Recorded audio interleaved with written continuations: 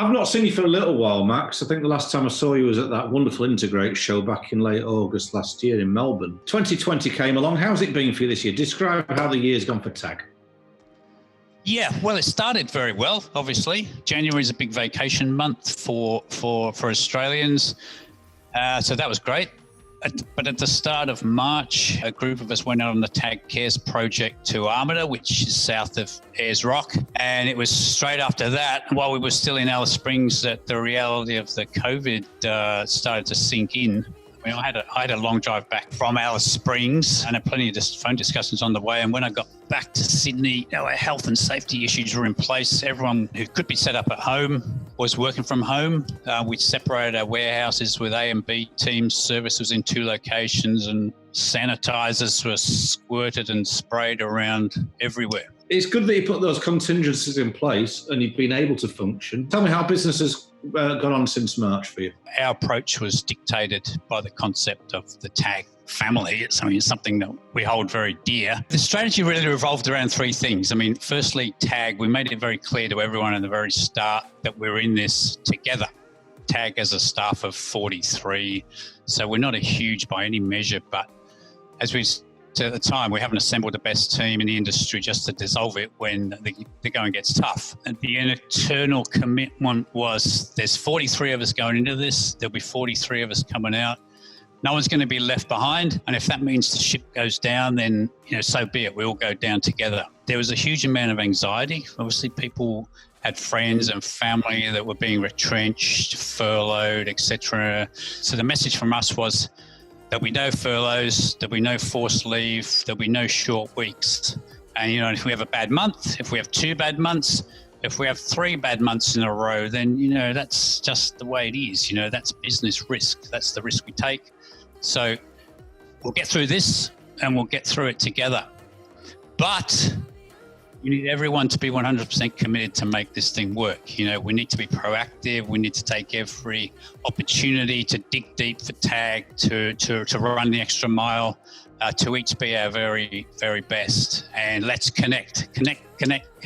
Point 2 was exactly that, connecting with customers. And that was a big thing, and something we tried to do and continue to try to do regularly and often. The third thing was looking upstream to our suppliers and to the inputs to our business. And we've been trying to be as responsible partner to them as we can. I mean, do we cancel our office cleaner? No, we don't. Do we pull back on our advertising and activations? No, we don't.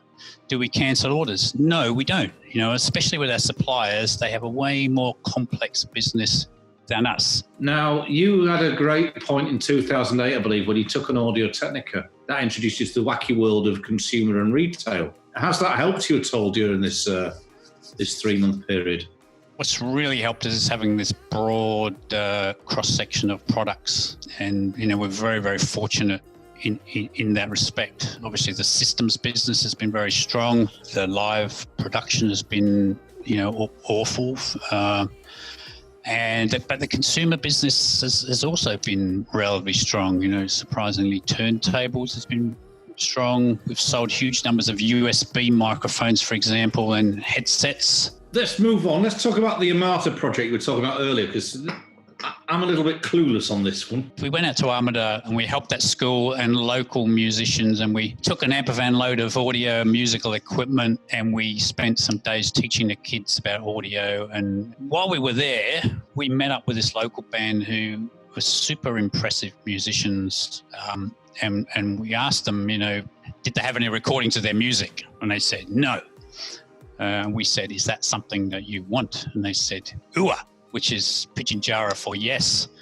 Or in this case, we got the impression it was hell yes. So we hatched a plan to take this mobile recording setup to Armada and record the Musgrave Band. We took a videographer as well, so that would give them the highest quality music video, and we documented the whole thing for TAG Cares. I have to say the results are incredible, and the band has now set up a YouTube channel, and they'll host that and promote themselves and their music, and we'll do our level best to help them as well. It's a nice touch. I'm really glad to have reported on this for you. And the Fiat's wearing well.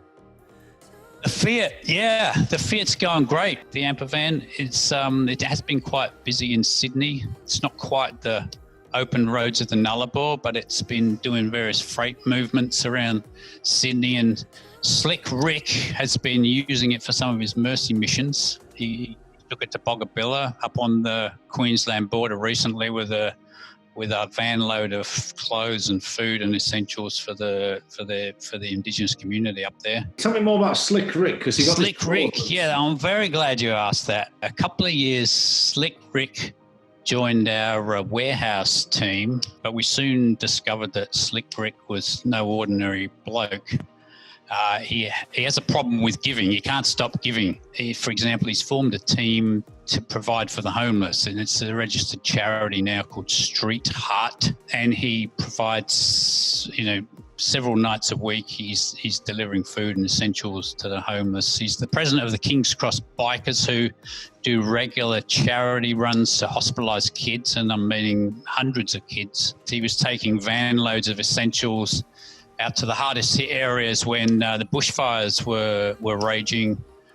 And he's out doing something, 3 or 4 nights of the week. And the nights that he's not out doing something, he's thinking about how he can help other people. Here's the big deal. In the Queen's Birthday Honours List, just out last week, Rick was awarded an Order of Australia medal. We're humbled to have him as a member of our team. We're bursting with pride, honestly. It's an incredible thing that he's been recognised in this way. Let's talk about how business is going to change from here on. You've had a great dividing line where you've had to reevaluate, and you've talked about e-waste. Tell me more about that, Max. There's going to be some years before we get back to normality, and while we're working through that, I think we probably want to put this whole environmental responsibility back on the agenda. There's lots of things that we can do and that we care about and influence, but as a wholesaler, I'm thinking we need to take more responsibility for product end of life, and that's to get our heads more around repairing, repurchasing, recycling, and we may need to get our hands more dirty in the e-waste process, especially in the separation of materials, plastics, aluminiums, PCBs, metals, etc., etc. And I think it's inevitable that businesses like ours need to take this responsibility for this, and so we're keen to start thinking about and planning for this early on. You mentioned that the team had suffered anxiety at the start of it and you reassured them. And how are they feeling now they're coming back to work and back online? They've never been off. So, everyone's always been working.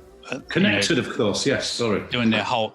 So, it's been stepping up the connection thing, and that's been something, we've been, I've made lots of these calls myself to our guys and customers. It's like, hi, it's Max here. How are you? I'm not calling you about anything. I've got no agenda. I'm just here to say hello. You're absolutely right. There's no point talking to people and trying to sell stuff or trying to do business. Forget it. Everyone's in survival mode. Everyone's batting down the hatches. Let's just chat and just see where it goes. And I think you've got the right attitude to go forward with that. But I think you've demonstrated great leadership by doing what you put in place. It's kind of where company ethics, I think, is what you believe in, is whether it's, and we sometimes describe this thing of like, what is the definition of a company? Is it a thing where, resources and labor and things come together to make profit for the shareholders? Or is this something where, I like the military scenario of a company where it's a team, like a platoon. You come together, you have great people in all these positions, and you go into battle together. You don't leave anyone behind. Everyone comes out with you, and that's the thing.